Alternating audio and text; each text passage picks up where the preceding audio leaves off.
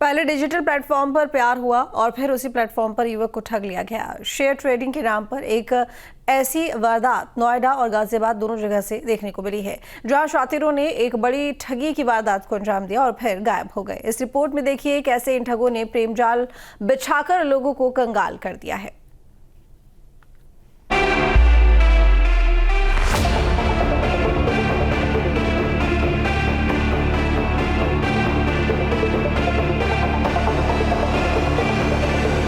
Digital platform पर कर बैठे प्यार, प्रेमिका ने दिखाया शेयर ट्रेडिंग का कारोबार, लाखों की ठगी, प्रेमिका हुई फरार, पीड़ित परेशान, आरोपी कब होंगे गिरफ्तार। डिजिटल ठगी या यूं कहे कि साइबर ठगी के मामले हर दिन रफ्तार के साथ बढ़ते जा रहे हैं। साइबर ठगों ने ऐसा लगता है कि इंटरनेट की दुनिया पर अपना एक अलग क्राइम डोमेन बना लिया है, जहां का URL crime.com से होकर गुजर रहा है। तभी तो हर रोज साइबर ठगी के मामले देखने और सुनने को मिल ही जाते हैं। हर रोज पीड़ित थाने पर पहुंचकर अपनी आपबीती बताते हैं, मगर रोकथाम कैसे हो, क्योंकि पुलिस की लाख अपील के बाद भी लोग इन झांसों में ही आ जाते हैं। ताजा मामला गाजियाबाद जिले से सामने आया, जहां पर पहले युवक को डेटिंग ऐप के जरिए एक युवती से प्यार हो गया और बस इसी प्यार के चक्कर में आकर शिकायतकर्ता अलंकार ठगी का शिकार हो गया। पीड़ित की शिकायत पुलिस को दी गई और पुलिस भी जांच की बात कह रही है। डेटिंग ऐप के जरिए युवती के संपर्क में आया था युवक। दोनों की ऐप के जरिए होने लगी थी बातचीत। युवक ने युवती से मिलने की कही थी बात। मिलने के लिए युवती ने शेयर ट्रेडिंग की शर्त रखी। स्प्रीडेक्स ग्लोबल नाम की वेबसाइट पर पैसे लगवाए।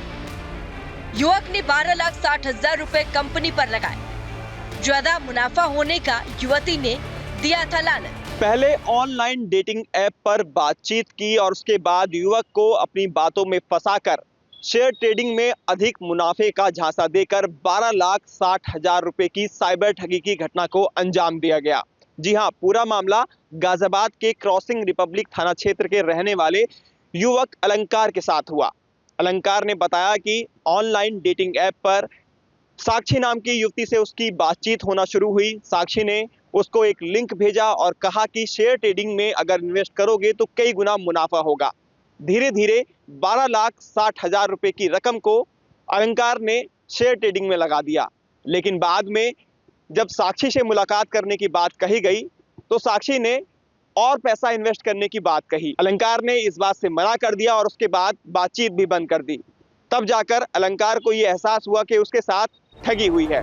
बस इसी पैसे की लालच में आकर युवक ने भी अपनी मेहनत की कमाई का एक मोटा हिस्सा इस कंपनी पर लगा दिया और जैसे कि लड़की ने शर्त रखी थी कि मिलने से पहले शेयर ट्रेडिंग में पैसे लगाना होगा, तो बस शर्त पूरा होने पर उसे लगा कि अब तो मुलाकात हो ही जाएगी। युवक ने जब फिर से युवती से संपर्क करने की बात कही तो युवक के होश उड़ गए। डेटिंग ऐप वाली दोस्ती कर गई कंगाल। युवक ने युवती से मिलने की जताई इच्छा।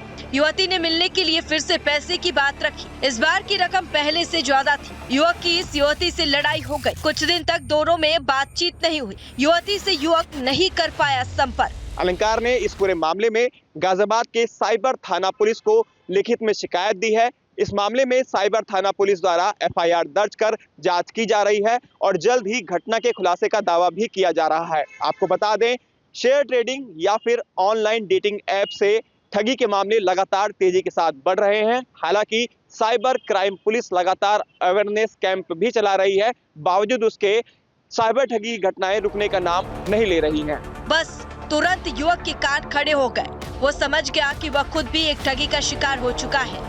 बस फिर क्या था, उसने रफ्तार के साथ थाने का रुख कर लिया और पुलिस को जाकर पूरी कहानी बता डाली।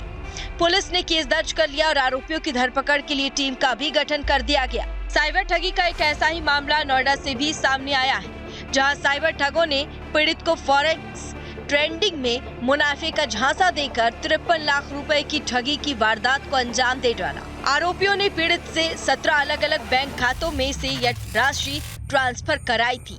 यही नहीं, आरोपियों ने ठगी से पहले पीड़िता का भरोसा जीतने के लिए फॉरेक्स ट्रेडिंग की फर्जी ट्रेनिंग भी दी थी, जिससे कि पीड़ित को इन लोगों पर भरोसा हो सके। ट्रेडिंग के नाम पर ठगी के मामले नोएडा में लगातार सामने आ रहे हैं। आए दिन ट्रेडिंग में मोटा मुनाफे का लालच देकर लोगों के साथ ठगी की जा रही है और ठगी की जाने वाले अगर लोगों की बात की जाए तो डॉक्टर, इंजीनियर और हाई प्रोफाइल जो लोग हैं उनको मोटे मुनाफे का लालच देकर साइबर जालसाज लगातार अपने मंसूबों को अंजाम दे रहे हैं। ताज़ा मामला ग्रेटर नोएडा के रहने वाले एक युवक का है। युवक के द्वारा साइबर क्राइम थाने में एफआईआर दर्ज कराई गई है। उनके द्वारा बताया गया है कि एक नामी कंपनी के नाम पर निवेश करने का झांसा दिया गया था और एक महिला द्वारा उनसे फ़ोन पर बातचीत की गई, अपना पर्सनल नंबर शेयर किया गया और उसके बाद धीरे धीरे करके 53 लाख रुपए निवेश करा लिए गए। न्यूज नेशन अब व्हाट्सएप पर खबरों की ताजा अपडेट के लिए न्यूज नेशन के इस क्यूआर कोड को स्कैन करें।